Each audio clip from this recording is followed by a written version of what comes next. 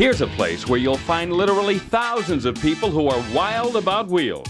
This is the Bayside Exposition Center in Boston, where the 17th annual Budweiser World of Wheels Automobile Expo was recently held. This is a yearly event that attracts hundreds of some of the most beautifully engineered and detailed street and show cars in the country.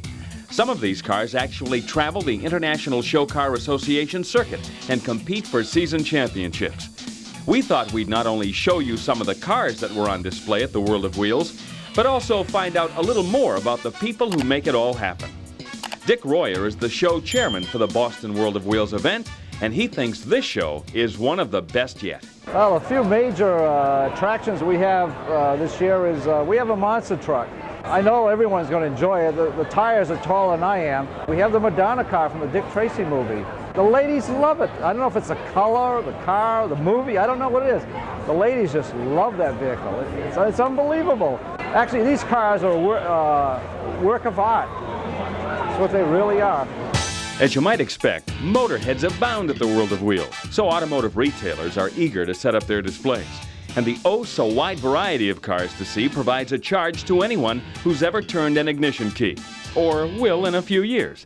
For instance, more mature showgoers can really drink in some nostalgia from this impeccably restored Cadillac touring car, detailed to total perfection. Or this old-time Budweiser beer truck. Those a bit younger can relate to this 1966 GTO with a mirror finish rubbed and waxed black paint job. And the very young can see radio-controlled racing or give a racing video game a real workout. Many of the cars at the World of Wheels are race cars first and show cars second. Winston Cup star Derek Cope had his NASCAR Beretta on display. And this jet dragster, aptly named the Bostonian, was a popular attraction. And there were even some sanitary super modifieds on hand. This gorgeous NHRA Competition Eliminator Oldsmobile, revolving under the floodlights, is owned by Tony Grasso, who spends much of the summer taking 8-second quarter-mile rides in the car.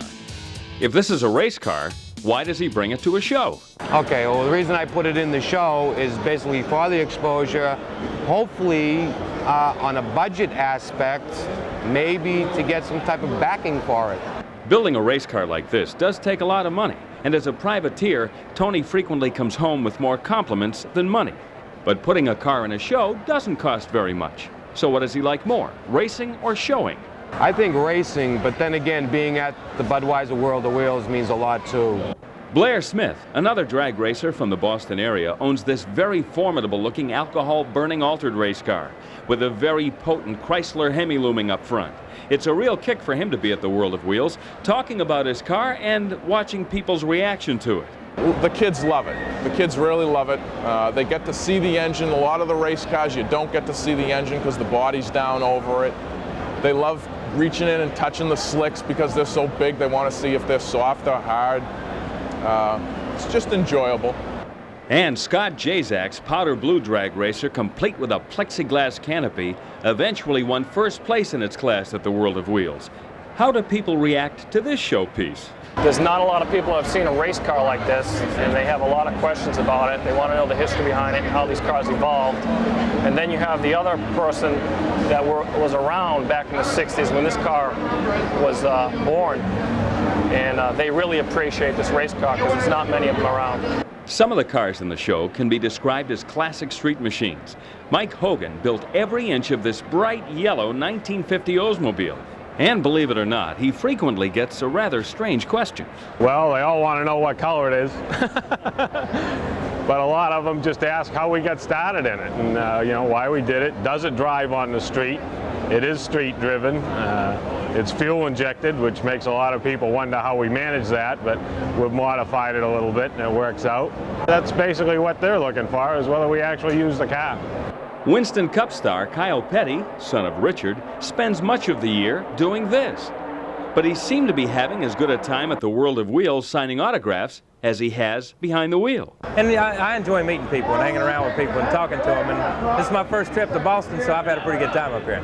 With the Budweiser World of Wheels tour traveling to dozens of cities around the country in the coming year, there's a good chance you'll be very close to one in the near future. And since everyone is wild about wheels, we're the Bud Label Girls and we're wild about wheels. And I do mean everyone. I'm wild about wheels. We think you'll want to be there.